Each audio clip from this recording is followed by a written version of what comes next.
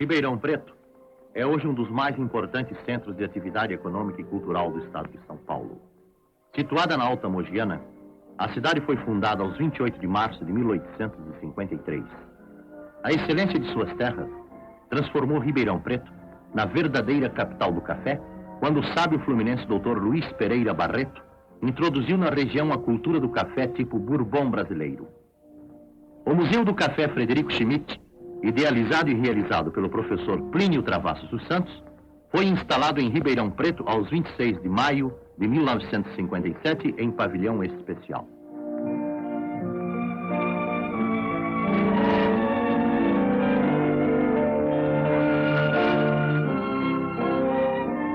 No conjunto de relíquias que contam a história do café brasileiro, o Museu do Café possui uma curiosa coleção de objetos feitos com os grãos e a madeira da preciosa rubiácea.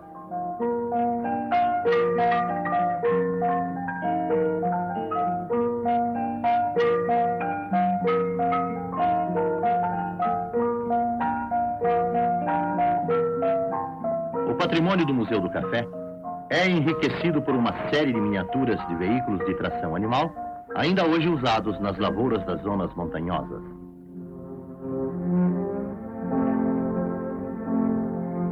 Os bustos de 3 gerações de negros constituem uma homenagem ao trabalho do braço escravo nas primeiras lavouras de café.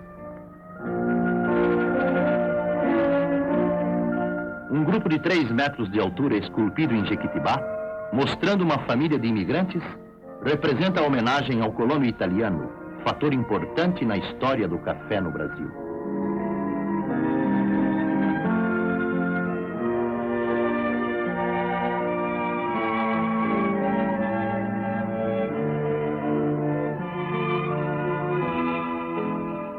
O grupo que lembra o trabalho alemão nas lavouras cafeeiras é em gesso pintado de bronze.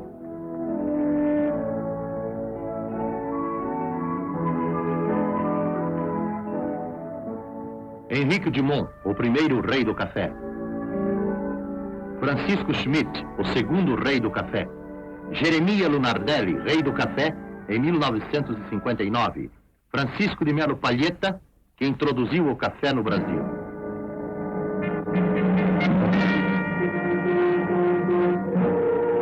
Parece não haver dúvida de que o café seja originário da Abissínia ou Etiópia. Em data até agora ignorada, o café passou da Abissínia à Península Arábica e depois se propagou rapidamente pelo Oriente Próximo, Egito, Síria e Turquia. Coube aos holandeses a propagação da bebida pela Europa setentrional e central. Dos cafeeiros cultivados no Jardim Botânico de Amsterdã, vieram através da França as mudas que formaram os grandes cafezais americanos.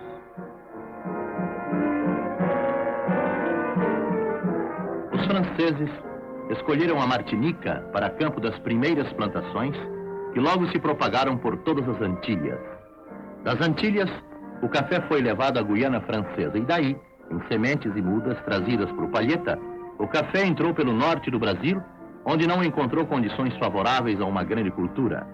Foi do centro para o sul do Brasil que o café melhor se aclimatou. Foi este, em conjunto, o caminho percorrido pelo café da Abissínia ao Brasil.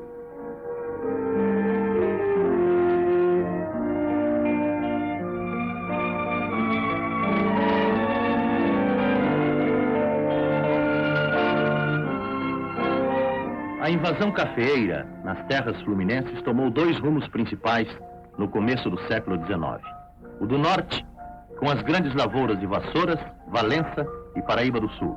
E o do noroeste, com os núcleos importantíssimos de São João Marcos e Resende.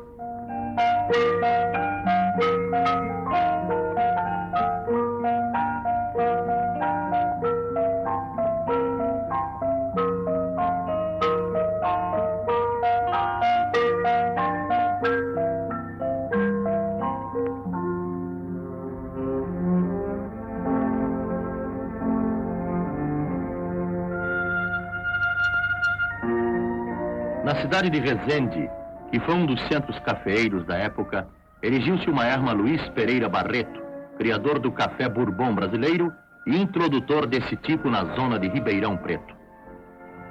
Pelo Vale do Paraíba, o café penetrou em Minas Gerais, na zona da Mata, onde a cultura se desenvolveu de maneira notável.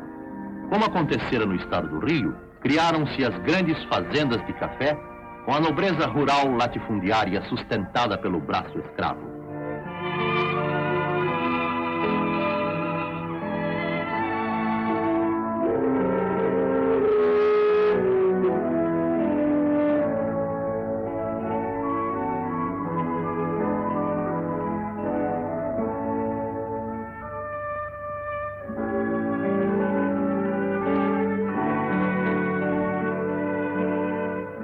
Nessas grandes fazendas, unidades econômicas que se bastavam a si mesmas, o café era cultivado e beneficiado com as técnicas rudimentares dominantes na época.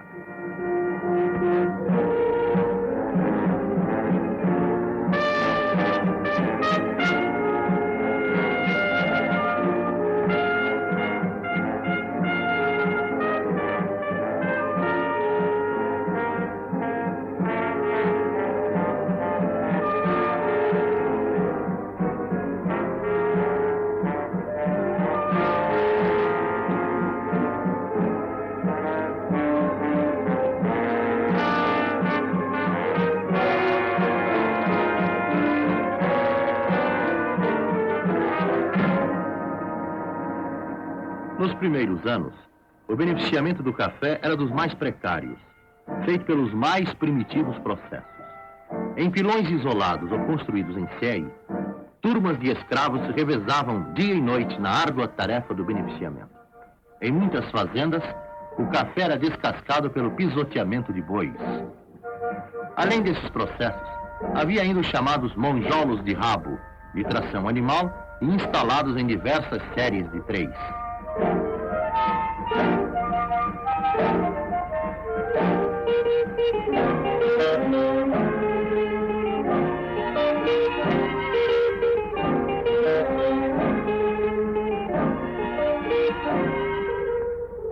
Em qualquer ponto onde houvesse uma queda d'água, montavam-se monjolos hidráulicos, cujo trabalho era ininterrupto.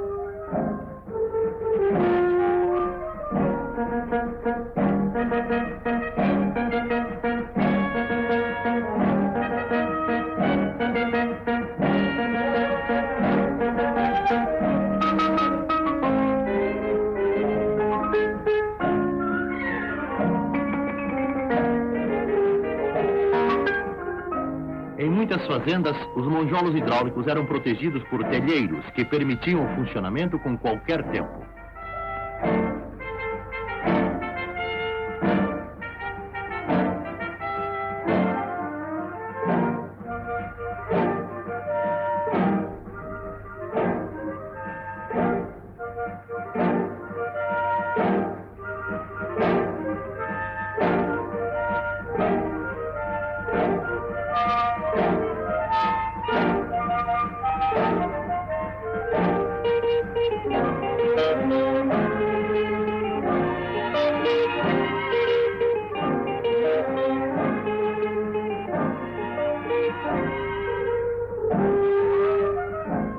O transporte do café para os portos de embarque era feito por tropas de muares distribuídos em pequenos lotes.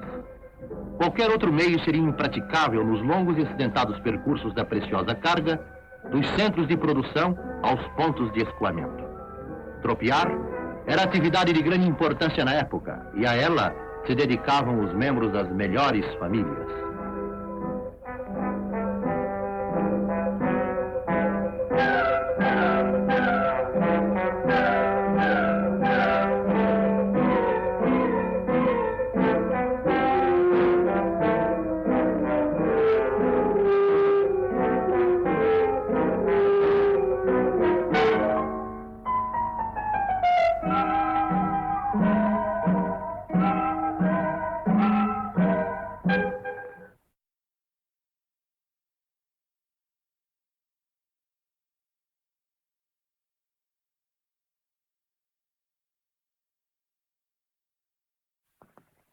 A primeira estrada de ferro brasileira criada pelo Barão de Mauá foi uma consequência do surto do café no país.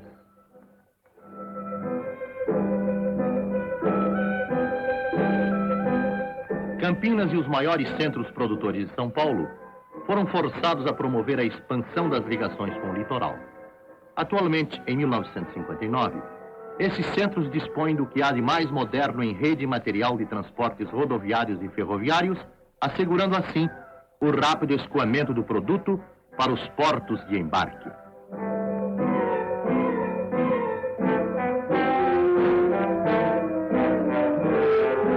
Graças ao extraordinário surto do café no estado de São Paulo, o Porto de Santos, muito em breve, tornava-se o maior do Brasil e um dos mais importantes do mundo.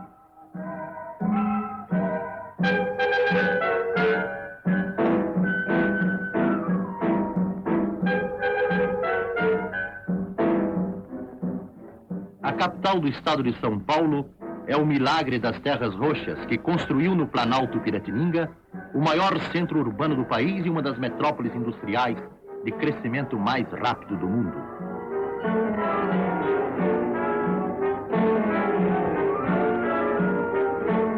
Subindo o Vale do Paraíba, o café penetrou no estado de São Paulo pelo chamado Norte Paulista, atingiu a zona das terras roxas e expandiu-se depois para o sul de Minas Gerais e, mais recentemente, para o norte do Paraná.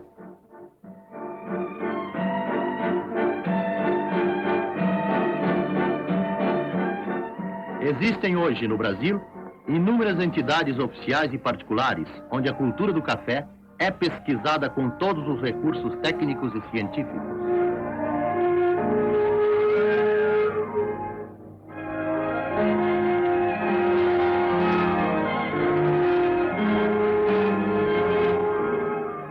O material mais prático para a confecção das sementeiras é a madeira laminada.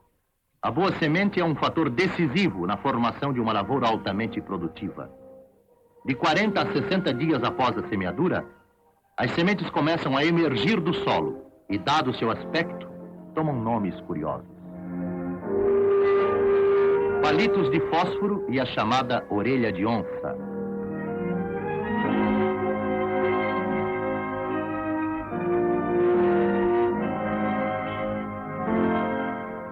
Na época própria, as mudas são plantadas no local definitivo, convenientemente adubadas.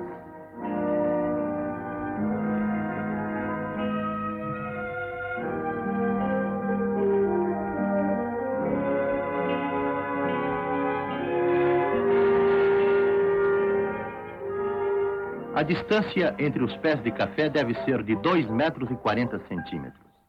Entre uma e outra fileira, o espaço deve ser de 3,20 metros para permitir a passagem de máquinas pulverizadoras e facilitar a capina e a livre movimentação dos trabalhadores. Já está condenado pelos técnicos o plantio em linhas geométricas rígidas. Os cafeeiros devem ser dispostos em renques ou fileiras, paralelos ou não, segundo as curvas de nível do terreno, para evitar as consequências da erosão.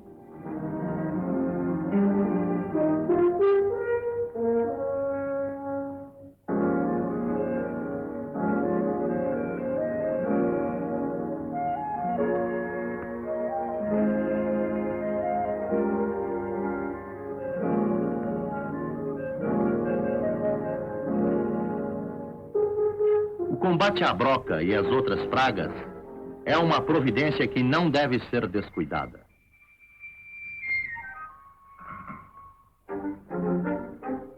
A erosão e a geada são das piores calamidades que podem atingir um cafezal. As reservas de água são necessárias para permitir a irrigação por aspersão, método cada vez mais utilizado pelos cafeicultores. Apesar do alto preço, o uso dessas instalações associado à adubação racional é indispensável, principalmente em face da irregularidade das chuvas.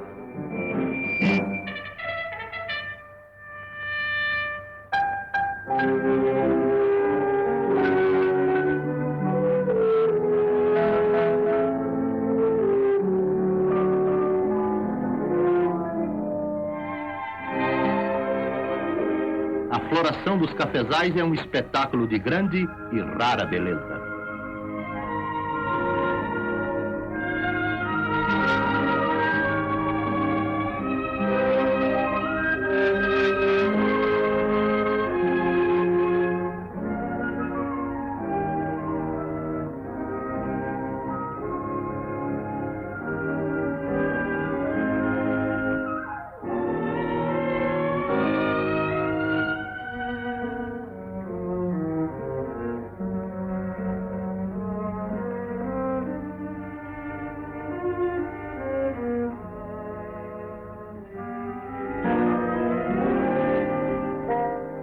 importância da colheita exige um grande número de trabalhadores especializados. Minha mulher, favor eu vou te pedir, favor eu vou te pedir, quando a ronda vier me buscar, quando a ronda vier me buscar. Ainda hoje, são inúmeras as fazendas em que a colheita se faz quando o grão já está seco. É o chamado simples café de terreiro, colhido no ponto.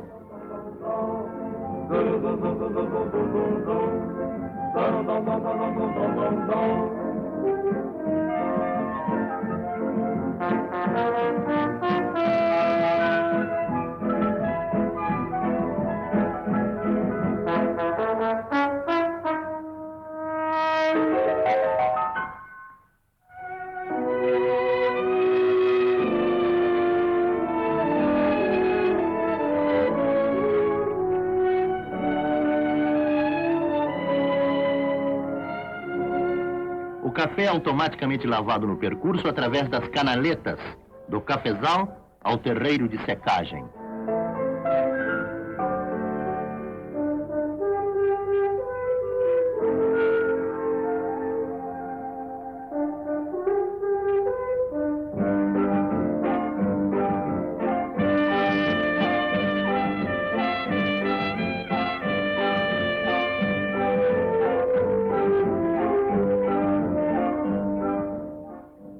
O chamado café de terreiro, colhido no ponto, quando é secado com os devidos cuidados, sem fermentações prejudiciais, proporciona um bom produto. O trabalho de rodo é exaustivo, mas só assim se consegue uma secagem uniforme.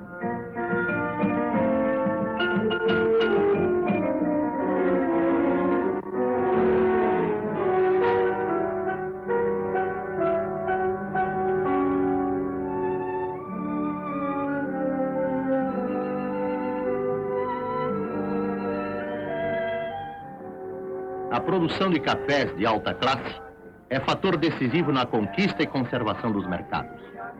A obtenção dos cafés de alta classe extra finos, o café despolpado, exige um sistema diferente de colheita. O café destinado ao despolpamento deve ser colhido perfeitamente maduro, em cereja, requerendo cuidados especiais no recolhimento. A necessidade de colher o café no ponto exato de maturação obrigará muitas vezes a repetirem-se as colheitas, mas o cafeicultor verificará que esse trabalho é altamente compensador.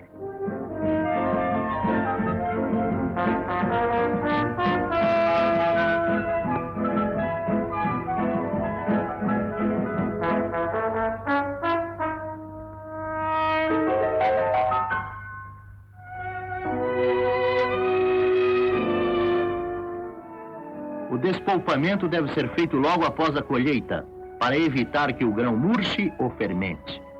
Nos modernos despolpadores, a própria máquina faz a lavagem da colheita para separar as cerejas, isto é, o café que deve ser despolpado do boia, nome dado ao café seco, e as impurezas.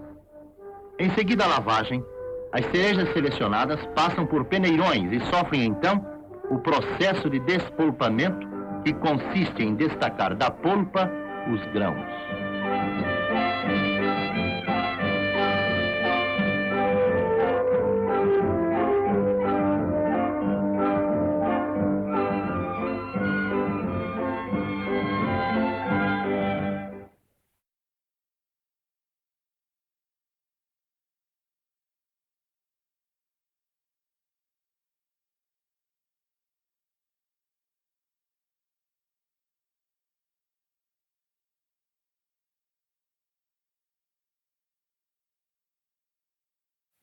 A casca proveniente do despolpamento é conservada para servir de adubo.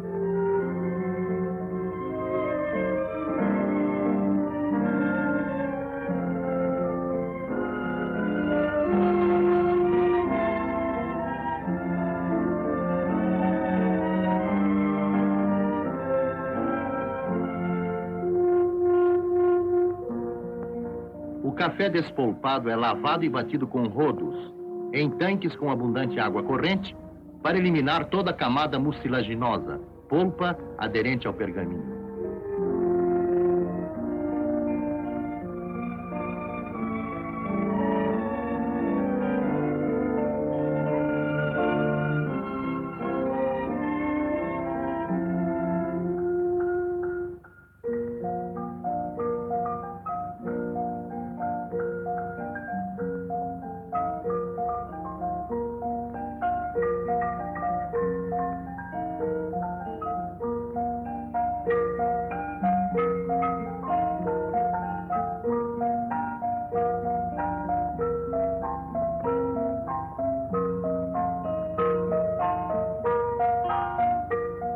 secagem do café despolpado é uma operação que deve ser repetida até o ponto exato, considerando-se que uma secagem lenta influi poderosamente na melhor qualidade do produto.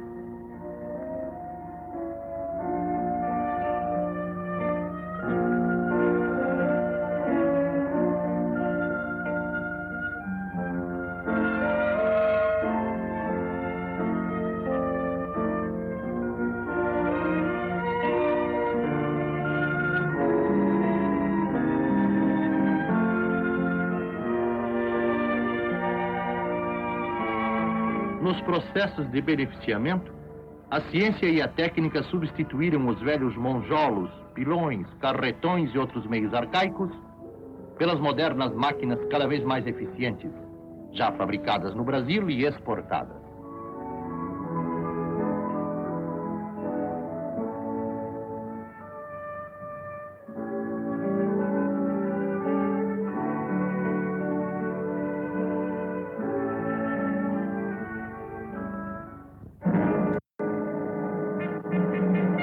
As máquinas modernas de beneficiamento eliminam algumas impurezas ainda existentes e procedem à seleção dos tipos.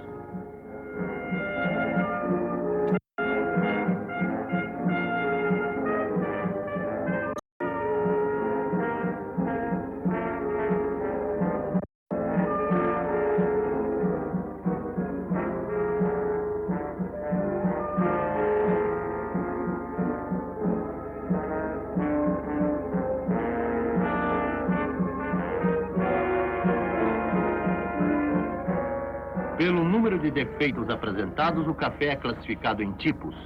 Tipo 2, 3, 4, 5, 6, 7 e tipo 8.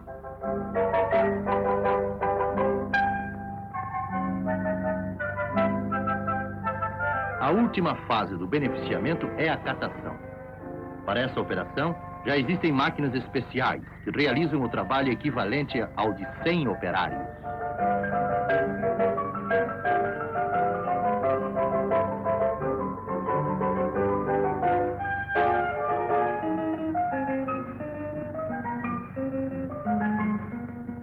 Malgrado os aperfeiçoadíssimos recursos mecânicos existentes, não se dispensa a catação manual, feita por pessoal altamente exercitado.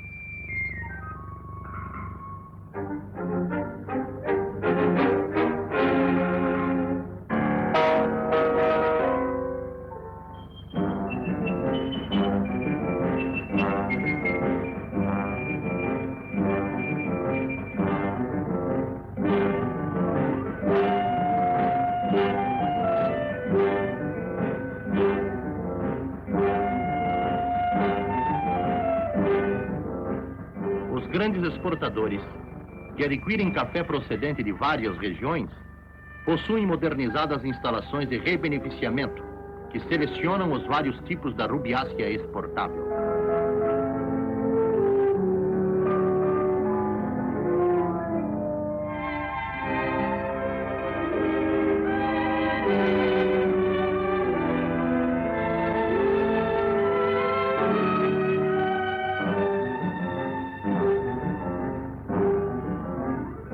O ensacamento que se segue à seleção dos tipos é também mecânico.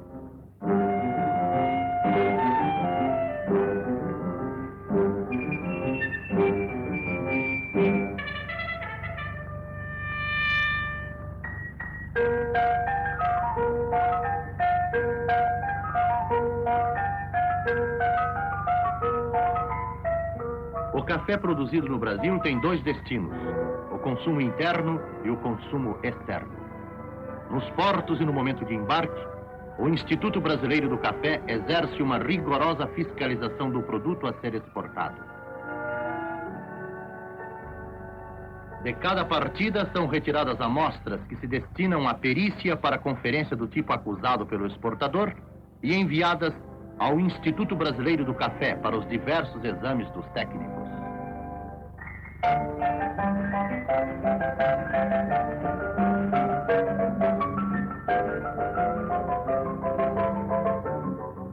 Em seguida aos exames preliminares, os grãos são torrados para as provas de aroma e degustação da bebida.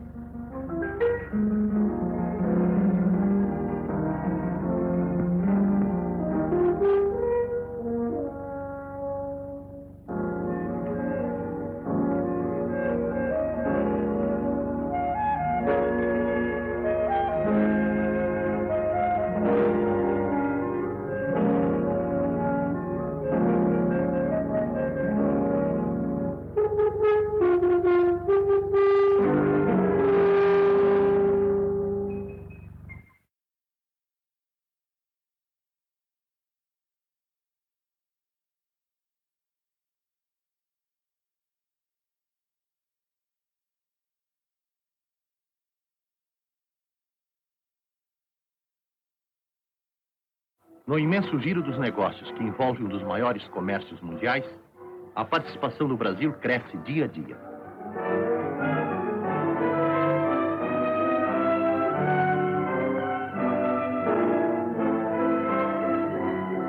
Controlado e garantido pela fiscalização oficial, o café brasileiro pode enfrentar com vantagem a concorrência estrangeira, impondo-se cada vez mais nos mercados do mundo inteiro.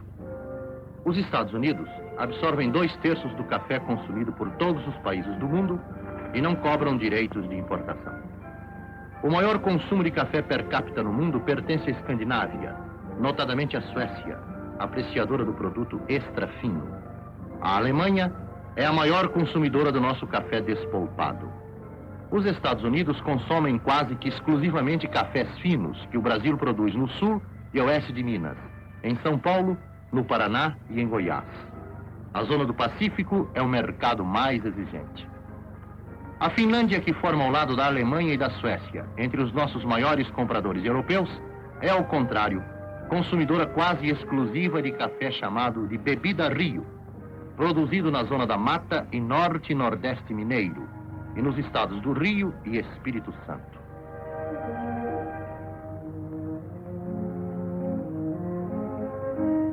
Vários processos de torrefação doméstica e as grandes torrefações industriais abastecem o mercado interno.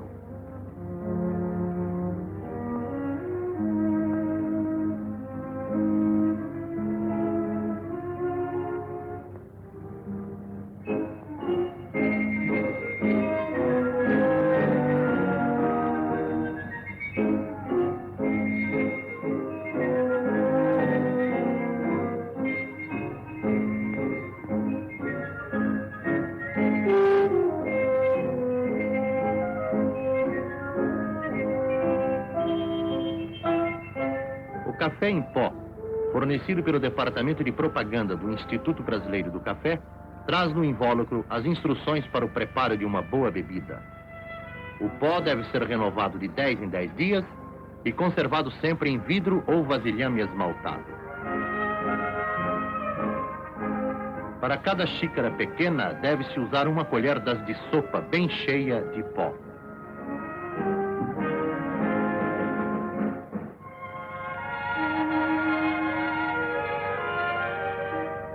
Retira-se a água do fogo antes de começar a ferver, para não prejudicar o gosto da bebida.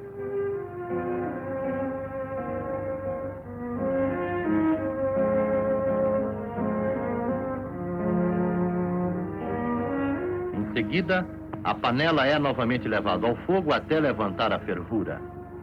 O coador e o bule devem ser previamente escaldados.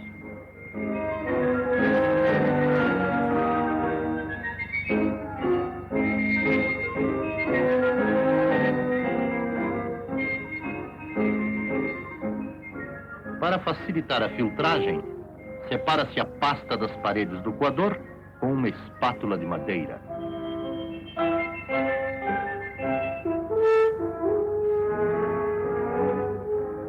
O café coado deve ser servido imediatamente.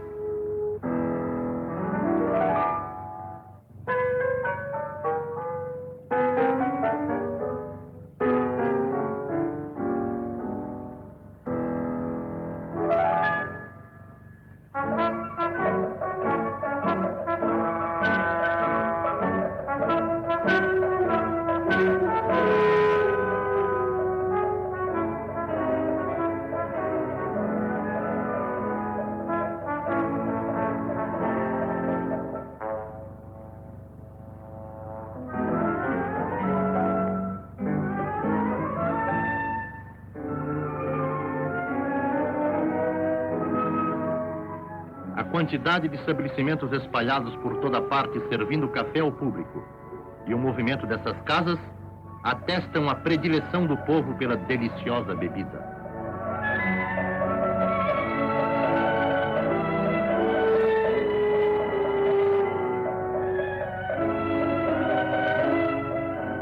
São Paulo é o símbolo eloquente da riqueza e do progresso que o café proporciona à economia do Brasil.